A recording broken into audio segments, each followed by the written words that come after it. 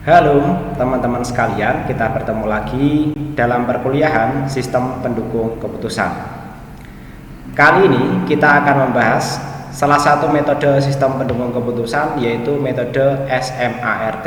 Smart ya bacanya ya. Nah, apa sih metode SMART itu? Mari kita pelajari.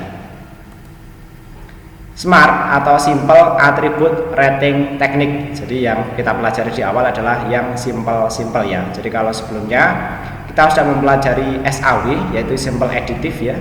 Sedangkan kali ini kita akan mempelajari tentang Simple Multi Attribute Rating Technique ya. Metode ini merupakan metode multi atribut yang dikembangkan oleh Edward tahun 1977.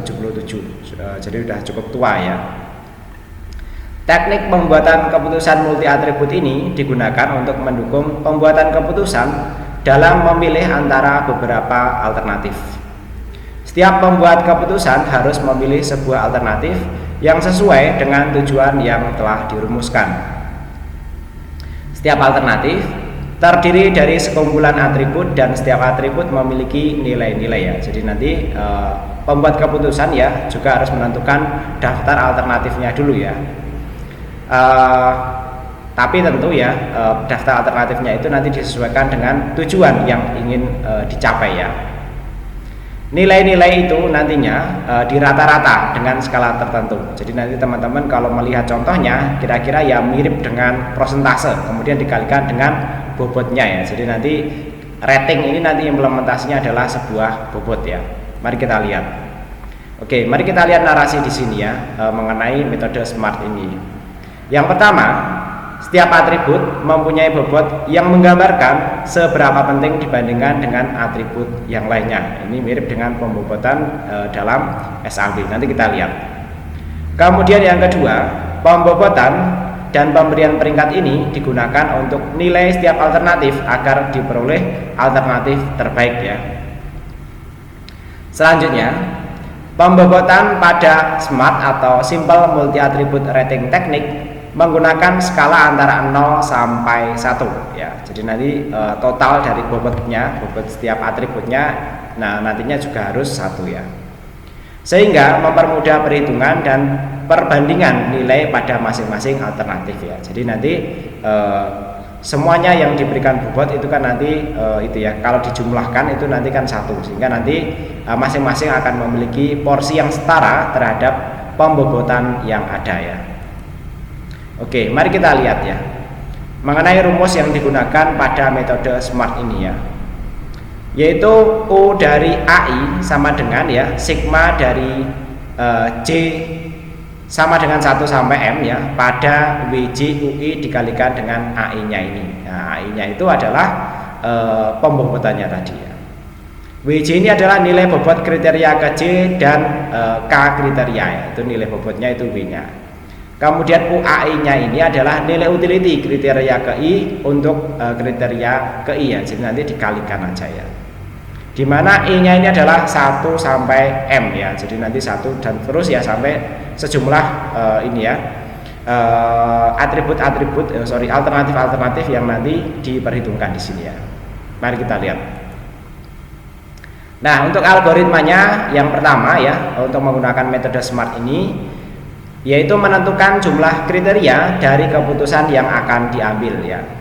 Kemudian langkah yang kedua, sistem secara default memberikan nilai antara 0 sampai 100 berdasarkan prioritas dengan menggunakan normalisasi, yaitu WJ dibagi sigma WJ ya. Jadi bobot ke J nya berapa dibagi dengan seluruh itu ya seluruh bobot yang ada ya.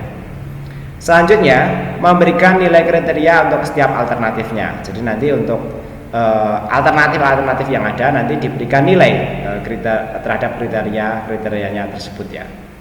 Selanjutnya yaitu menghitung nilai utility untuk setiap kriteria. Nah, jadi nanti nilai utility-nya untuk setiap kriterianya nanti dikalikan ya, yaitu dengan mirip dengan prosentase ya, yaitu 100 dari kemudian dikalikan ya dengan kriteria maksimum dikurangi kriteria yang sedang dihitung C out-nya ini ya ke I ya, dan dibagi dengan C max dikurangi C min. Nah, C max dikurangi C min itu nanti bobot itu ya rentang penilainya. tentang penilaian maksimum dikurangi dengan tentang penilaian minimum, kemudian dikalikan persennya.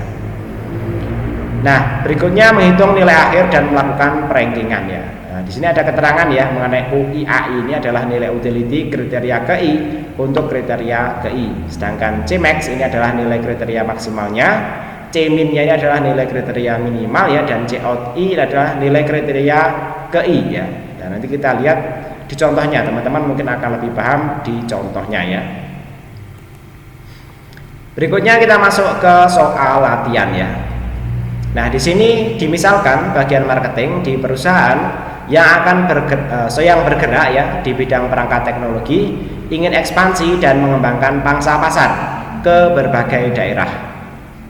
Adapun perangkat teknologi yang sedang dianalisis yaitu handphone ya. Jadi nanti kita akan menggunakan contoh yang sama ya, sehingga nanti teman-teman tahu ya dalam satu contoh yang sama ya, dalam rangkaian seri pembelajaran dalam video seri pembelajaran ini nanti kita akan menghitungnya dengan metode yang berbeda-beda ya.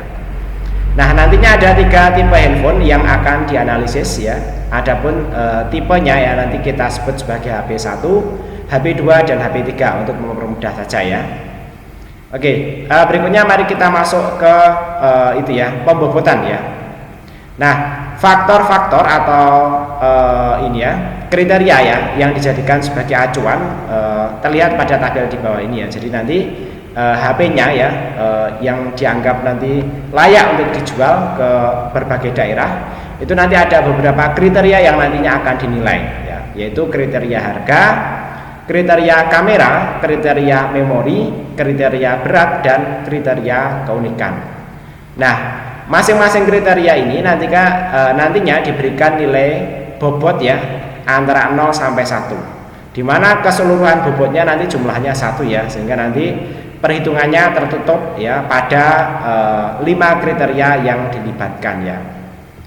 Nah, di sini misalnya untuk harga ya disimbolkan dengan C1 ya, kriteria harga C1 itu diberikan bobot 0,45, karena biasanya pembeli itu kan yang pertama dipertimbangkan ya untuk membeli adalah harganya ya. Kemudian kamera ya, zaman sekarang kamera juga menjadi penilaian yang cukup prioritas ya, itu di sini diberikan nilai bobotnya adalah 0,25. Selanjutnya adalah memori. Nah, memori di sini diberikan nilai bobot 0,15 ya. Biasanya memori juga dipertimbangkan. Kemudian berat ya, untuk berat kayaknya tidak terlalu penting ya, maka di sini diberikan nilai bobot 0,1. Sedangkan keunikan itu jarang sekali dipertimbangkan orang ya, terutama orang Indonesia, maka diberikan nilai bobot 0,05. Teman-teman nanti bisa cek ya jumlah dari keseluruhan pembobotan ini apakah nanti sama dengan 1 ya. Mungkin saya perlihatkan perhitungan kasarnya ya. Jadi ini tambah ini kan 70 ya, kemudian tambah ini sekitar 85 ya. 85 tambah 5 90 ya. 90 kemudian tambah 10 di sini berarti sekitar pas 1 ya. Teman-teman nanti silahkan dicek ya perhitungannya. Kalau memang ada kesalahan silahkan disampaikan melalui kolom komentar video ini ya. Selanjutnya sesuai dengan algoritma ya, silahkan analisis sejauh mana daya serap konsumen selama ini terhadap 3 tipe handphone tersebut. Lalu tentukan tipe HP mana yang paling berpotensi untuk dipasarkan ke berbagai daerah ya. Oke, kita akan melakukan analisis. Penyelesaiannya dari hasil analisa dan sampel data yang didapat oleh tim marketing menggunakan kuesioner ya. Berikut ini adalah penilaian konsumen terhadap HP1, HP2 dan HP3 dengan range penilaian yaitu antara 1 sampai 100. Jadi nanti alternatif-alternatif yang ada itu akan itu ya dinilai ya sesuai dengan itu ya target market yang ada. Biasanya kalau ini kan kita menggunakan itu ya contoh-contoh sampel-sampel konsumen menggunakan kuesioner. Jadi nanti berbagai jenis konsumen itu yang berpotensi ya itu nanti silahkan diberikan kuesioner ya untuk menjawab beberapa pertanyaan untuk menilai kriteria HP mana yang itu ya lebih prefer ya, lebih disukai untuk dibeli oleh mereka ya. Oke. Kemudian setelah proses itu maka di sini misalnya didapatkan data ya untuk HP1 kurang lebih seperti ini ya. Rangkuman penilaian responden terhadap HP1 terhadap tipe HP1 ya. Nah, ini misalnya teman-teman bisa juga sih penilaian HP1 itu diberikan lebih dari 1 orang ya, kemudian nanti dirata-rata ya. Sehingga nanti di sini karena kita konteksnya adalah pembelajaran ya, misalnya didapatkan data dengan bentuk seperti ini ya, bentuknya misalnya bulat semua ya. Misalnya harga untuk HP1 ya mendapatkan nilai kriteria 100 ya, ini sangat perfect ya, misalnya harganya oke banget lah ya. Kemudian kamera ya di sini mendapatkan nilai kriteria 80 ya. Kameranya ya cukup bagus lah ya, bersaing lah dengan mungkin HP-HP kompetitornya. Kemudian berikutnya memori pada HP1 juga dapat nilai 80 ya. Selanjutnya berat ya, beratnya karena ya cukup ringan lah, misalnya dapat nilai 90 ya. Kemudian keunikan juga dapat nilai 90 ya, ada aksesorisnya dan lain sebagainya misalnya, kemudian mendapatkan nilai 90 ya. Kemudian hal itu dilakukan dilakukan dengan cara yang sama ya, sehingga nanti untuk HP yang lainnya juga mendapatkan nilai-nilai kriteria ya, kurang lebih nanti seperti ini ya. Misalnya untuk HP2 harga dapat 80, kamera 80, memori 80, berat 80, kemudian keunikan 90 ya. Kemudian HP3 juga demikian ya, sehingga didapatkan nilai kriteria kurang lebih seperti ini ya. Harga 90, kamera 90, memori 90, berat 90 dan keunikan 90. Misalnya seperti itu. Oke, kita sudah siap dengan data-datanya, kemudian kita akan lanjut ke pengolahan datanya. Oke, kita masuk ke pengolahan datanya. Nah, yang pertama kita hitung adalah nilai UI ke AI-nya ya. Jadi nanti masing-masing dari kriteria ya, kita hitung nilai utility-nya ya. Untuk HP1 ya, harganya tadi kan mendapatkan penilaian 100 ya, dari 0 sampai 100 ya. Sehingga di sini ya, cara menghitungnya adalah ya 100 ya, kemudian dikalikan dengan 100 ya, nilai maksimal dari penilaiannya ya, kemudian dikurangi dengan 100 nilai yang didapatkan pada kriteria HP1 ini ya. Kemudian dibagi ya, ini sebenarnya ada baginya ya, dengan 100 ya, nilai maksimal penilaian yang mungkin ya, dikurangi dengan 0, yaitu nilai minimal dari penilaian yang itu ya, rentang penilaian yang ada ya. Sehingga 100 dikurangi 100 0 ya, kemudian 100 di ini ya, 100 dikurangi 0 itu kan 100 ya. Kemudian ini 0 kalikan 100 kan 0 dibagi 100 ya tetap 0 dia ya. Nah, ini merupakan rentang nilai minimum dan maksimumnya ya. Maksimumnya 100, minimumnya 0 ya. Kemudian hal yang sama dilakukan pada kriteria kedua HP1 ya. Di sini adalah nilai yang didapatkan 80, sehingga perhitungannya adalah 100 ya dikalikan 100 min 80 dibagi 100 min 0 ya. Sehingga nanti ini kan didapatkan 20 ya. 20 dikalikan 100 ya dibagi 100 maka didapatkan 20. Ini mirip dengan perhitungan persentase ya, yaitu 20% ya. Kemudian perhitungan dilanjutkan pada memori ya, karena nilai yang didapatkan juga 80 ya, sehingga perhitungannya di sini 100 dikurangi 80 kemudian dikalikan 100 dibagi dengan 100 ya, kemudian didapatkan nilai 20 juga. Demikian juga nanti untuk kriteria berat pada HP1 ya, ini nilainya yang didapatkan adalah 90 ya, sehingga nanti perhitungannya di sini adalah 100 dikurangi 90 ya, kemudian dikalikan dengan angka-angka yang sama dengan sebelumnya ya, sehingga didapatkan nilai 10 ya. Kemudian untuk kriteria berat juga sama, karena nilai yang didapatkan juga sama, di sini didapatkan nilai utility 10 ya. Nah, perhitungan tersebut juga dilakukan pada alternatif-alternatif yang lainnya, yaitu pada HP2 ya. HP2 di sini didapatkan nilai 80 ya, sehingga nanti nilai utility-nya adalah 20 ya. Kemudian yang 80 untuk kriteria-kriteria yang lainnya juga didapatkan nilai 20. Untuk kriteria yang mendapatkan nilai 90 ya, maka nilai utility-nya di sini didapatkan nilai 10-10 ya. Kemudian dilanjutkan juga pada HP yang ketiga ya, sesuai dengan nilai yang didapatkan pada masing-masing kriteria, yaitu yang 90 dapat nilai 10 semua ya. Jadi karena ini 90 semua untuk semua kriteria ya, maka untuk nilai utility pada HP3 semuanya didapatkan nilai 10 ya. Kemudian perhitungan dilanjutkan dengan menghitung nilai ini ya, UAI-nya ya. Nah, kalau tadi nilai utility-nya, nilai utility per ini ya, per kriteria, per alternatif ya. Tapi kali ini kita akan menghitung ya sigma, yaitu keseluruhan ya dari nilai UIAI-nya itu dikalikan dengan WJ, yaitu di sini adalah bobot masing-masing kriteria ya, dan semuanya nanti dijumlah ya, dari ini ya, J sama dengan 1 sampai M ya. Jadi nanti di sini dijumlah semua ya. Jadi seluruh kriterianya nanti dijumlahkan ya. Yang pertama dilakukan adalah ya, tadi UIAI-nya kan dapatkan nilai 0 ya, kemudian dikalikan dengan WJ-nya di sini adalah 0,45. 0 kalikan 0,45 itu kan nanti hasilnya adalah 0 ya. Kemudian yang dapat nilai 20 untuk kriteria kamera itu dikalikan bobot dari kamera ya, yaitu 0,25 ya, didapatkan nilai 5. Kemudian yang 20 ya dikalikan bobot 0,15 ya, didapatkan UIAI-nya adalah 3 ya. Kemudian untuk yang ini ya, kriteria berat ya, didapatkan UIAI 10 ya, sehingga di sini ya dikalikan dengan WJ-nya ya, yaitu 0,1, sehingga nanti didapatkan UIAI-nya ya, yang ke ininya adalah 1 ya. Kemudian yang keunikan ya, yaitu 10 kalikan 0,05 itu didapatkan nilai yaitu 0,5. Nah kemudian ya keseluruhan nilai UIAI ini itu di sigma atau dijumlahkan ya. Kalau teman-teman menggunakan Excel ya di summary ya. Di summary ya, sehingga nanti teman-teman bisa cek ya, di sini didapatkan nilai 9,5 ya. Kita cek sekilas saja ya.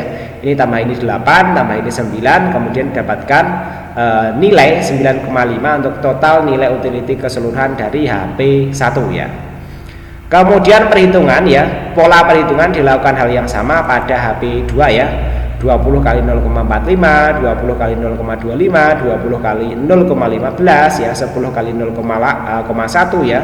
Kemudian 10 kali 0,05, sehingga didapatkan nilai 9, 5, 3, 1 dan 0,5. Sehingga total nilai utility-nya adalah 18,5. Teman-teman nanti bisa cek ya sebagai tantangan ya, apakah perhitungan ini benar atau salah ya. Jika ada yang salah, teman-teman silahkan bisa disampaikan melalui kolom komentar, atau ada masukan-masukan yang lainnya bisa berdiskusi melalui kolom komentar. Nah, perhitungan berikutnya dilanjutkan dengan penilaian ya, nilai utility UAI-nya dari tipe HP yang ketiga ya. Yang ketiga nanti karena tadi dapatkan nilai 10 semua ya, tinggal kita kalikan dengan bobotnya ya, sehingga didapatkan nilai-nilai ini yaitu 4,5, 2,5, 1,5, 1 dan 0,5 ya. Nah, setelah mendapatkan nilai ini kemudian dijumlah ya, yaitu didapatkan UIAI-nya ini ya, total keseluruhannya untuk HP3 adalah 10 ya. Teman-teman bisa review ya tadi hasil perhitungannya berapa saja, dan nanti akan kita lakukan perankingan ya. Yang HP3 dapat nilai total utility-nya itu adalah 10, kemudian 18,5, kemudian 9,5. Jadi yang tertinggi kali ini yang ini ya, yang HP2 ya. Sedangkan yang terendah adalah HP1 yaitu 9,5 ya. Sedangkan yang di tengah-tengah itu adalah HP3 mendapatkan nilai 10 ya, dengan rentang penilaian yang seperti ini ya. Teman-teman bisa cek lagi tadi rentang penilaiannya. Untuk HP3 90 90 ya, kemudian HP2 80 80 90 90 ya. Kemudian yang HP3 itu dapat nilai tertingginya di sini ya, dan lainnya ada yang 80, ada yang 90. Kemudian dari situasi seperti itu ya, kira-kira mana yang nantinya akan mendapatkan prioritas ya, ketika kita menghitungnya menggunakan metode SMART ya, dengan pembobotan kriteria seperti yang tadi sudah kita lihat ya. Oke, kita lihat di akhir ya. Nah, dari hasil perhitungan nilai total utility-nya tadi ya, sesuai dengan kasus yang sudah kita bahas tadi ya, maka yang dijadikan sebagai prioritas adalah yang memiliki nilai terendah. Jadi dalam SMART itu adalah nilai terendah dari total nilai utility, itulah nanti yang dijadikan prioritas. Maka dalam hal ini ya, HP1 nanti dia yang akan mendapatkan ranking 1, yaitu yang paling prioritas. Sedangkan HP2 itu karena nilainya tertinggi ya, 18,5 ya, sedangkan itu ya, semesta alternatif yang kita hitung di sini adalah 3 HP ya, maka di sini kita berikan ranking itu ya paling rendah ya, yaitu ranking 3 ya. Sedangkan HP 3 itu mendapatkan nilai 10 ya, maka dia mendapatkan ranking 2. Jadi kalau kita lihat di sini selisihnya cuma 0,5, sedangkan dengan HP 2 itu selisihnya paling tinggi, yaitu itu ya, banyak ya, kalau sama ini ya kira-kira 9 ya, jauh sekali ya. Nah, berdasarkan tabel tadi ya, maka merek HP 1 yaitu 9,5 menjadi prioritas untuk dipromosikan dan ditingkatkan produksinya. Kalaupun misalnya tambah satu alternatif lagi, kemungkinan adalah HP 3, sedangkan HP yang kedua itu sebaiknya ditinggalkan ya, karena itu ya, rentang nilainya terlalu jauh ya. Itulah rekomendasi yang diputuskan dengan menggunakan metode SMART ya, pada SPK ini ya. Baik teman-teman sekalian, demikian pembelajaran kita kali ini, yaitu metode sistem pendukung keputusan SMART ya. Mudah-mudahan penjelasan yang saya sampaikan bisa dipahami dan bermanfaat. Jangan lupa melakukan like terhadap video ini, kemudian subscribe channelnya agar bisa terus belajar bersama, berdiskusi dan berkembang bersama. Terima kasih dan sampai ketemu lagi pada video pembelajaran lainnya.